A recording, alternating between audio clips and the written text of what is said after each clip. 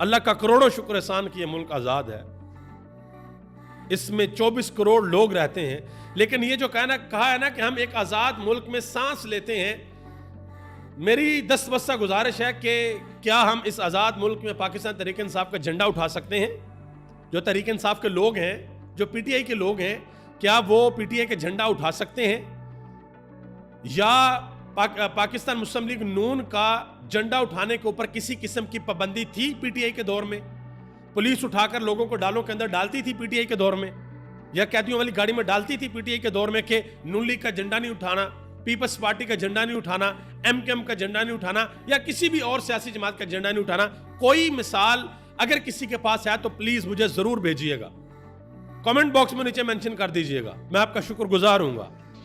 یہ میں اپنی زندگی میں پہلی مرتبہ دیکھ رہا ہوں کہ سیاسی حکومتیں جن کی جڑیں عوام کے اندر مضبوط ہونی چاہیے, وہ عوام کے دلوں میں اپنے لیے نفرت پیدا کر رہی ہیں, اور کچھ بھی نہیں ہے اس کے علاوہ, صرف یہ ہو رہا ہے. اور پھر کہنا کہ ہم ایک آزاد ملک میں سانس لیتے ہیں. یہ مریم نواز صاحبہ نے کہا. یہ تصویر آپ دیکھ لیں کہ پنجاب اسمبلی کے اپوزیشن لیڈر سڑک کے اوپر بیٹھے ہوئے, انہوں نے پاکستان اور پاکستان تحریک انصاف کا جھنڈا پکڑا ہوا ہے, اور وہ پولیس والوں کو کہہ رہا ہے کہ ہم تب تک نہیں اٹھیں گے جب تک آپ ہمارے لوگوں کو نہیں چھوڑیں گے. اور کل مری کے اندر غالباً ایک جگہ پر بہت بڑا بینر لگا ہوا تھا نواز شریف صاحب کا, باقی دوسرے لوگوں کو بھی تصویریں تھیں. لوگوں نے نیچے سے جوتے مارے ہیں اس بینر کے اوپر. کیوں مارے ہیں؟ ایسا کیوں ہو؟ ایسا معاشرے کے اندر یہ نفرت نہیں ہونی چاہیے, کسی صورت نہیں ہونی چاہیے. لیکن ایسا تب ہوتا ہے جب آپ لوگوں کے لیے راستے بند کر دیتے ہیں.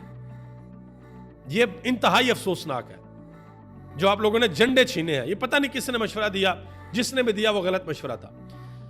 اسلام آباد ہائی کورٹ کے آنریبل جج جسٹس میاں گل حسن اورنگزیب, انہوں نے ایک بڑا اہم پیغام دیا 14 اگست کے موقع پہ. انہوں نے کہا کہ ملک میں جمہوریت جب اپنی جڑ پکڑے گی تو پھر ہم کہہ سکتے ہیں کہ پاکستان خوشحال ہے. کب؟ جب جمہوریت اپنی جڑ پکڑے گی. لیکن اس وقت یہ سوال پیدا ہوتا ہے کہ کیا ہمارے آباء و اجداد ہم سے مطمئن ہیں؟ ہمارے وہ آباء و اجداد جنہوں نے لا تعداد قربانیاں دی صرف اس لیے کہ ہمیں زمین کا ایک ٹکڑا مل سکے جہاں پر ہم اپنی زندگی اس دین مبارک کے مطابق گزار سکیں جو ہمیں اللہ کے حبیب علیہ الصلوۃ والسلام نے دیا ہے صلی اللہ علیہ وآلہ وسلم. تو وہ میاں گل حسن صاحب یہ سوال پوچھ رہے ہیں کہ کیا ہمارے آباء و اجداد مطمئن ہم سے یا نہیں؟ یہ کمنٹ باکس میں بتائیے گا. اسی طرح جسٹس محسن اختر کیانی, انہوں نے بڑی اہم بات کی. انہوں نے کہا کہ یہ ملک ہم نے بہت سی قربانیوں سے حاصل کیا, آئین اور قانون کے دائرہ اختیار میں رہتے ہوئے کام کرنا ہے جو اس ملک کی بقا کے لیے ضروری ہے. یہ بالکل ٹھیک ہے, آئین اور قانون کے اندر رہتے ہوئے ہمیں کام کرنا چاہیے. پاکستان کے army chief general Asim Munir نے بڑی اہم تقریر کی اور بڑا اہم پیغامات بھی دیے, اور ان کی ایک بات کے اوپر حامد میر نے سوال پوچھا. ایک پاکستان کے آرمی چیف نے کہا کہ افواج پاکستان کو کمزور کرنا پاکستان کو کمزور کرنے کے مترادف ہے, اس میں تو کوئی شک ہی نہیں ہے. اگر کوئی عنصر افواج پاکستان کو کمزور کرے گا تو اس کا مطلب ہے کہ وہ پاکستان کو کمزور کر رہا ہے. لیکن یہاں پہ حامد میر نے ایک سوال پوچھا ہے. انہوں نے کہا کہ اس بات سے اختلاف نہیں کیا جا سکتا کہ کسی بھی ریاست کی فوج کو کمزور کرنا ریاست کو کمزور کرنے کے مترادف ہے, لیکن کیا ریاست صرف فوج کو کمزور کرنے سے متاثر ہوتی ہے, یا جب پارلیمنٹ کو سپریم کورٹ کے سامنے کھڑا کر دیا جائے اور سپریم کورٹ کے فیصلوں پر عمل درآمد نہ ہو تو پھر کون کمزور ہوتا ہے؟ یہ حامد میر نے سوال پوچھا. مزید آرمی چیف نے کہا کہ چند سالوں میں ریاست مخالف بیرونی طاقتوں کی سرپرستی میں ڈیجیٹل دہشت گردی کی جا رہی ہے.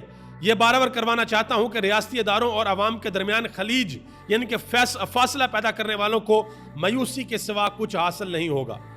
یہ بھی کہا کہ دشمنوں کو واضح کر دوں کہ روایتی یا غیر روایتی جنگ ہو, ہمارا جواب تیز اور دردناک ہوگا. یہ پاکستان کے آرمی چیف نے 14 اگست کے موقع کے اوپر خطاب کرتے ہوئے یہ بات کی ہے. ہمارے آنریبل وزیر اعظم انہوں نے ارشد ندیم کو بلایا اپنے پاس اور ان کو زبردست طریقے سے ان کی پذیرائی کی, اور بالکل ہونی چاہیے, اس میں کوئی شک نہیں. لیکن کل ایک بیان میں نے دیکھا, میرے سامنے سے گزرا, اس کو دیکھ کر مجھے بڑی حیرت ہوئی. عطا تارڑ صاحب کا غالباً وہ بیان تھا, if I'm not wrong. کہتے ہیں کہ ارشد ندیم کی جو اچیومنٹ ہے, جو ان کی کامیابی ہے, وہ عمران خان کی اچیومنٹ سے بڑی ہے. مجھے وہ بات یاد آ گئی, پتہ نہیں کس نے کہی تھی کہ چند دن یہ ارشد ندیم کا سہارا لیں گے، پھر چند دن یہ فیض حمید کا سہارا لیں گے، اس کے بعد کیا کریں گے؟ پھر کیا کریں گے؟ کیونکہ عوام کے اندر آپ کی جڑیں مضبوط نہیں ہیں۔ یہی وجہ ہے کہ ایئرپورٹ کے اوپر محترمہ مریم نواز صاحبہ نہیں گئی تھی، ڈر تھا کہ وہاں پر نعرے لگیں گے، عمران خان زندہ باد، قیدی نمبر 804، یہ نعرے لگیں گے وہاں پر۔ یعنی کہ عمران خان کو اور ارشد ندیم کو آمنے سامنے کھڑا کر دیا۔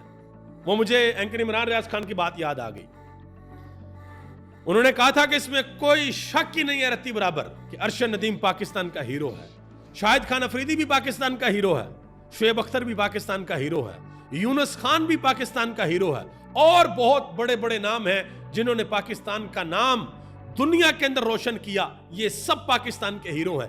لیکن ان تمام ہیروز میں سے ایک بندہ آگے بڑھ کر اس قوم کا لیڈر بنا ہے، اور اس کا نام ہے عمران خان۔ لیڈر کوئی نہیں بنا، لیڈر صرف عمران خان بنا ہے۔ تو آپ کی اگر یہ خواہش ہے، آپ کو یہ لگتا ہے کہ ارشد ندیم کو ہم عمران خان کے سامنے کھڑا کریں گے، لوگ عمران خان کو بھول جائیں گے، لوگ کہیں گے جی نہیں عمران خان کھلی بلی، اب ہمارا لیڈر جو ہے وہ ارشد ندیم ہے، تو یہ آپ کی خام خیالی اور کچھ بھی نہیں ہے۔ زلفی بخاری نے ایک بہت بڑا انکشاف کر دیا جی، انہوں نے کہا جی شہباز شریف کے بیٹے سلمان شہباز نے فیض حمید کا نام آرمی چیف کے لیے تجویز کیا تھا۔ اب اندازہ لگائیں، کہا یہ جاتا رہا تھا کہ جی عمران خان فیض حمید کو آرمی چیف لگا کے اس ملک کے اندر ڈکٹیٹرشپ لانا چاہتا ہے، اگلے 20-25 سال حکومت کرنا چاہتا ہے، لیکن چل کیا رہا تھا یہ اب ساری باتیں سامنے آ رہی ہیں۔ رمیش کمار انہوں نے ایک بڑی اہم بات کی ہے، انہوں نے کہا کہ حکومت کے پاس صرف 2 مہینے ہیں، اگر سنبھال گئے تو ٹھیک ورنہ عمران خان ہی آئے گا، سنبھل گئے تو ٹھیک ہے ورنہ عمران خان ہی آئے گا۔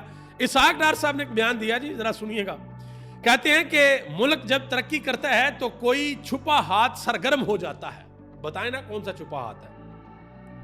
آپ کی حکومت ہے، بتائیں کون سا چھپا ہاتھ ہے جو سرگرم ہو جاتا ہے اور ملک کی ترقی کو روک دیتا ہے؟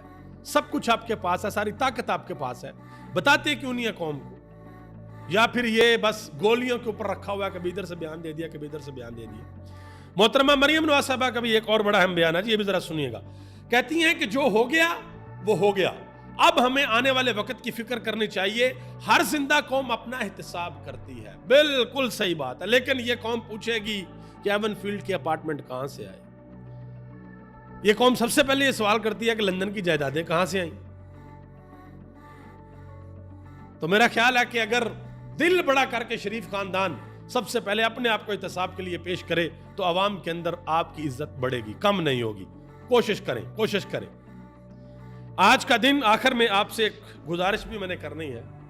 آج کا دن 14 اگست کا دن ہے، اور اس میں کوئی شک نہیں ہے کہ اللہ تعالیٰ نے بڑا فضل اور کرم کیا تھا اس دن برصغیر کے مسلمانوں پر، اور ہمیں یہ آزاد وطن عطا فرمایا، لیکن بدقسمتی سے ہم اس وطن کو وہ نہیں دے سکے جو ہمیں دینا چاہیے تھا۔